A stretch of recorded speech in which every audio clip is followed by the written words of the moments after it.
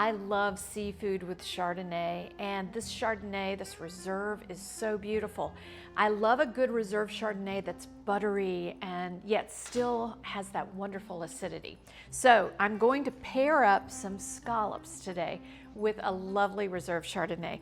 Now what you want to do when you get scallops ready, we're going to bake these today, and I'm going to just blot them like this to make them nice and dry.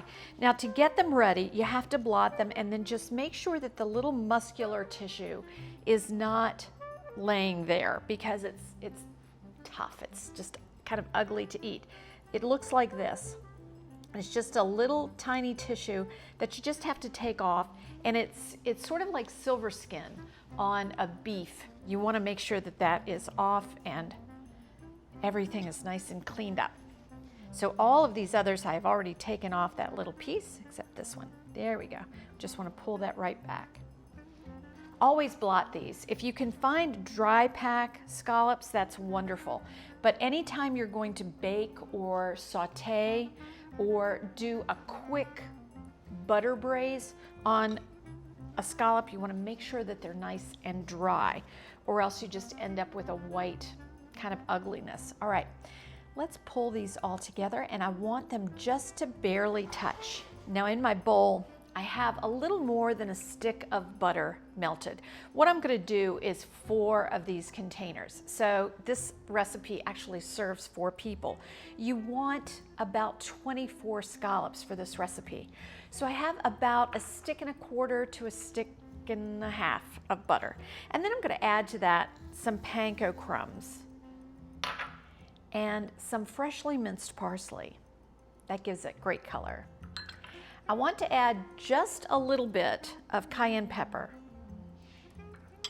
and a little bit of garlic powder. Now I'm not using whole garlic for this because sometimes that's just a little bit obtrusive for scallops. So what we want to do is add, a pinch or 2 of garlic powder. That's plenty.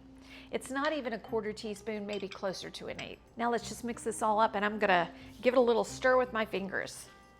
So the butter is not fully melted. I put it in the microwave for about 20 seconds. So it would really start to soften and partially melt. That way I have a little body in it. All right. Now the last thing I want to add is some lemon zest.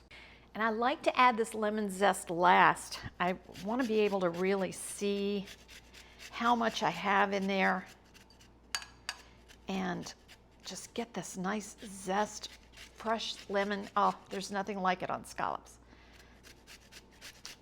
So just zest off all of the zest from one really nice sized lemon. If you have small ones, use 2, because this flavor is going to be something you really want to have lots of. Okay, now I have most of the yellow off. I don't want to go into the white because that just doesn't taste very good. Okay, now I want to take just a little bit of this and put on top of each one of these scallops. And then I'm going to bake these at 450 degrees for about 12 to 15 minutes. You don't want to overbake scallops because they can get really, really tough and rubbery. All right, now I have the rest to do the other 3/4. So let's pop those in the oven. And here they are, sizzling and beautiful out of the oven. I just love scallops, and all of this lemon flavor, this butter really works well with Chardonnay. You know, when you're trying to cut through something that's acidic, something buttery really works well.